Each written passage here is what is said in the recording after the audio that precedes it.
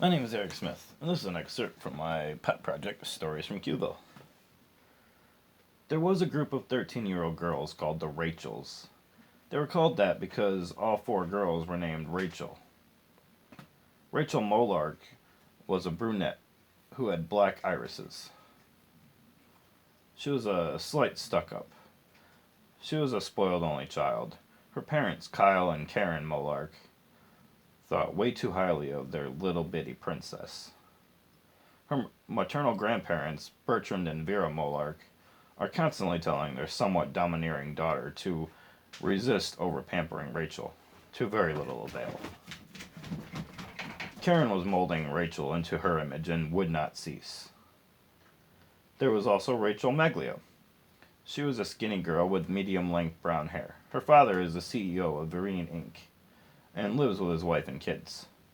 Her mother married a different man, and Rachel lived with Colleen and her stepfamily in a house on King Stanley Island.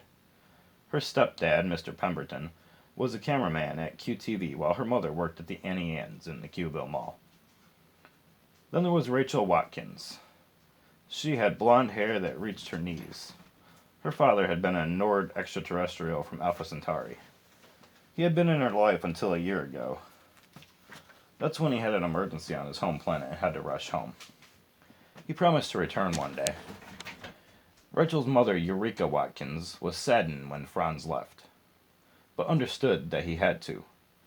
Rachel's brother, Gordon, was only 10 years old, but handled the loss of his father pretty well. He knew that he would see Franz again someday. The family, along with Eureka's mother, Virginia, ran a farm on Sonic Island. Rachel Washington had moved to the kingdom 5 years ago, when she was only 8 years old. Her family had moved from Brooklyn.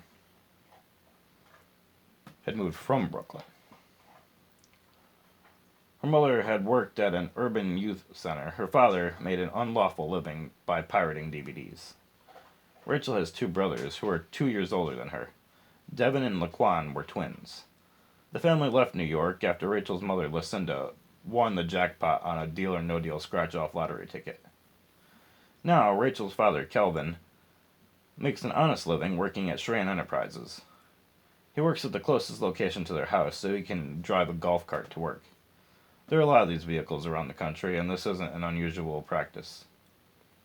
Kelvin finds an empty public cart near the family's apartment building in the parking lot of CT Apartments and rides to the Eastern Desert store. Lucinda is now the secretary to Dr. T.R. Jones, the director of Q-Ville Hospital. She usually drives the family vehicle, a Ford Expedition, to work. The twins have recently started their first jobs.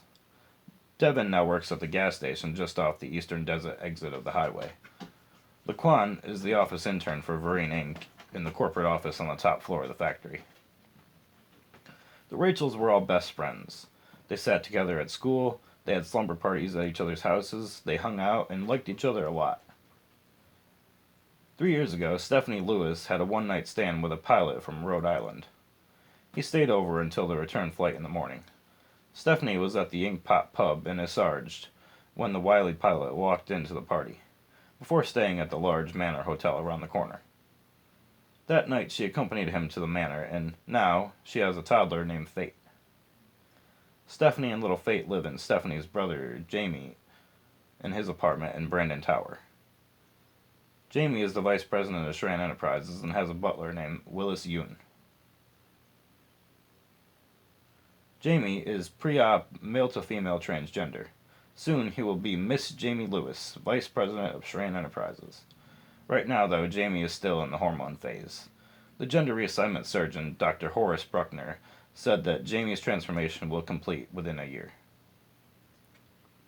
One day at school, Heeshy noticed how pretty Rachael Watkins was. Her long blonde hair and her hazel eyes. Her skin looked soft, and something in Heeshy's whiskers told him that he was quite fond of this human. He leaned in close to Prince Eldon's left ear.